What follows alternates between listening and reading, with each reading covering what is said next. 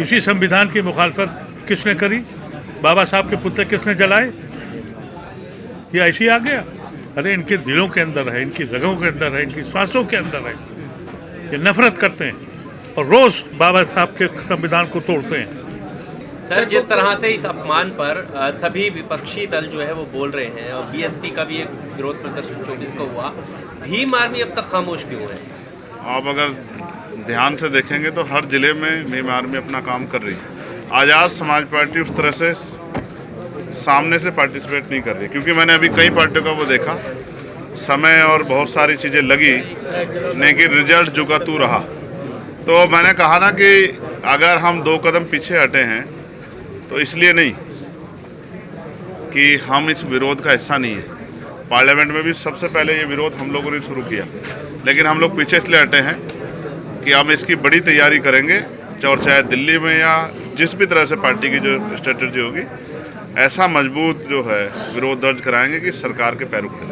प्रधानमंत्री ने क्रिसमस के मौके पर कहा है कि दुनिया में कहीं भी हिंसा होती है तो मुझे दुख होता है, इस पर क्या कहना है? प्रधानमंत्री तो बहुत अच्छी बातें कहते हैं, काश उनका किरदार भी ऐसा ही होता।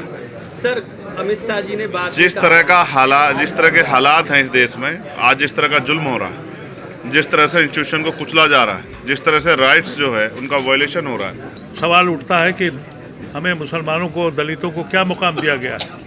अफसोस यह है कि हम मुसलमानों ने दलित भाइयों को नहीं समझा। हमारे यहाँ जो निज़ाम बना था जिम्मेदारी का, वो जिम्मेदार जो हमारे थे मुसलमान, वो पंडितों से ऊपर हो गए थे। उसकी सज़ा हमको मिल रही है। हमने उनके साथ रहम नहीं किया। अब ज़रूरत है इस वक्त कि हम और दलित और वो सारे पिछड़े अगर एक नहीं होंगे तो ये मुल्क नहीं बचेगा।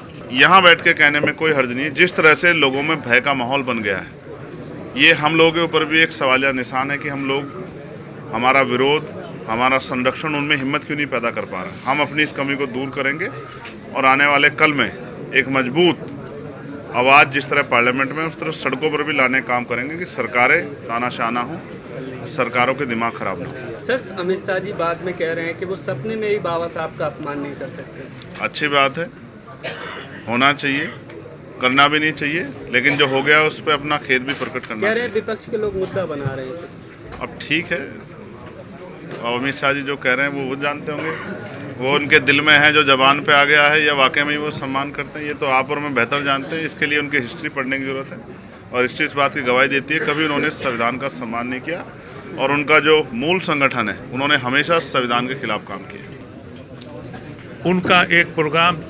1925 में हुआ था जिसका 100 साला जश्न मनाने जा रहे हैं। तो क्या आप उनसे तवक्को करते हैं कि ये जो ज़बानी बोल बाल किया था उन्होंने, वो ऐसे ही निकल गया था? ये जब पैदा होते ना, गुट्टी पिलाई जाती है, इनके जहनों में नफरत पिलाई गई। एक ऐसा समाज बनाया गया जहाँ सिर्फ ख़ास आदमी ही पढ़ाई करेगा, ख़ास आदमी ही हुकूमत करेगा, हम गुलामी करेंगे। आज दलित भाई बाबा साहब अम्बेडकर की वजह से डॉक्टर भी बन गया, प्रोफेसर भी बन गया, IAS भी बन गया, लीडर भी बन गया। तो उनको लगा कि एक दूसरे लोग हैं, वो मियाँ लोग। इस मुल्क में आप कहते हैं कि यहाँ संविधान बचा हुआ है। जो मुल्क नफ़रत करके मियाँ को सज़ा देने के लिए हाकिम वक्त बने, उस मुल्क पे आप गर्व करेंगे? ये गर्व करने की बात है?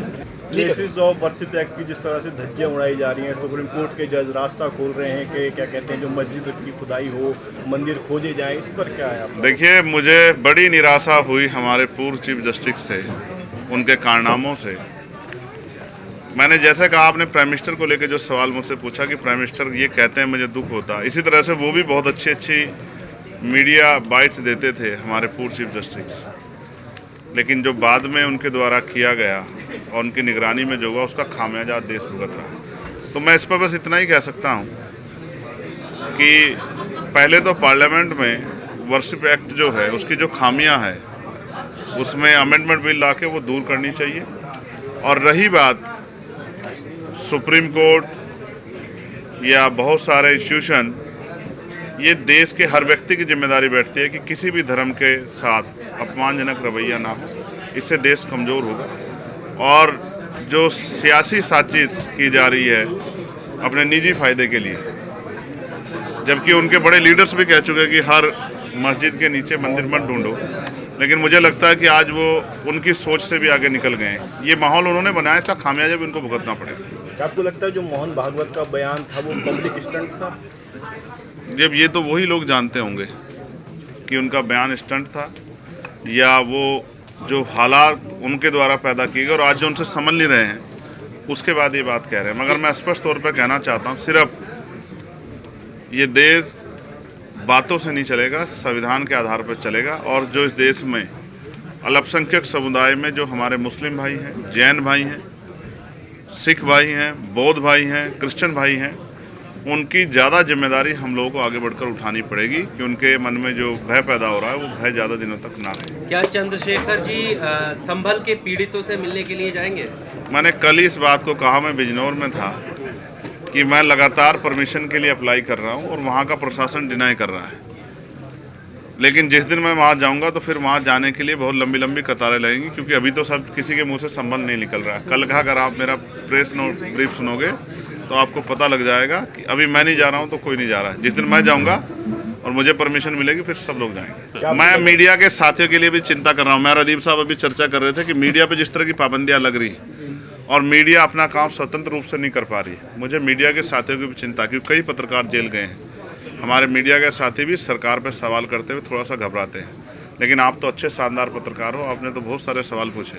तो आप ये समझो कि सरकारें जनता के लिए हैं, जनता सरकारों के चारा बनने के लिए नहीं है। सरकार के हिसाब से देश नहीं चलेगा, देश संविधान के हिसाब चलेगा। और जिनको गलतफहमी है उनके घमंड भी जनता आने वाले समय में तोड़ देगी। संभल में जो पुलिस की कार्रवाई है उसको किस तरीके से देख रहे हैं आप? मैंने कह रहे हैं कि निष्पक्ष कार्य होगा, पत्थरबाजों को बख्शा नहीं जाएगा। वो जो 80-20 की बात करते हैं वही, जिनके एजेंडे में 20% लोग हैं ही नहीं, उनसे क्या उम्मीद कर सकते हो आप? उनकी कथनी करनी में फ़र्क है, इसीलिए जनता का भरोसा उनके प्रति कम है। और वो लोकसभा में जनता ने वोट की चोट से सबक भी सिखाया और अहंकार में 400 पार तो नहीं हुए, 240 पर रुक गए। फैक्ट्रियां बंद हैं, नौकरों को, बच्ची को नौकरियां नहीं मिल रही हैं, बेरोजगार हैं लोग, लेकिन मस्त हैं। मियाँ को तो ठीक कर दिया है ना। ये आप जो अभी संभल का और हमारे भाई से सवाल कर रहे थे, ये सिर्फ वोट की पॉलिटिक्स है, मंदिर नहीं ढूंढे जा रहे हैं। बिहार का इलेक्शन होना है, दिल्ली का इलेक्शन होना है। जैसा भाई ने कहा कि 240 पे सिमट गए तो 400 कैसे लाएं? जब आप एक नौजवान नस्ल को बर्बाद कर देंगे नफरत की दुनिया में, वो मुल्क बचेगा? मैं अभी पूरी दुनिया का सफ़र करके आ रहा हूँ। जहाँ गया वहाँ मैंने देखा कि लोग कहाँ की सोच रहे हैं, कहाँ लेके जा रहे हैं, और इनका ये आलम है कि ये वापस जा रहे हैं वहाँ।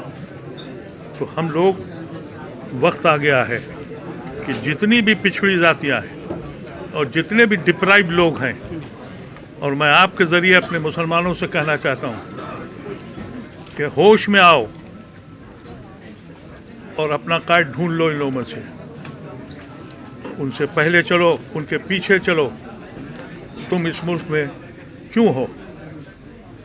मैं इस मुल्क में क्यों हूँ? जो बाबा साहब ने कॉन्स्टिट्यूशन में, संविधान में हमें आर्टिकल 25, 26, 31, 30, 24 दिए थे, इसी बुनियाद पे तो हैं। इसीलिए तो कह रहे हैं कि हम संविधान बदलेंगे। संविधान बदले न बदले, अदालत की मदद से रोज़ फैसला होता है।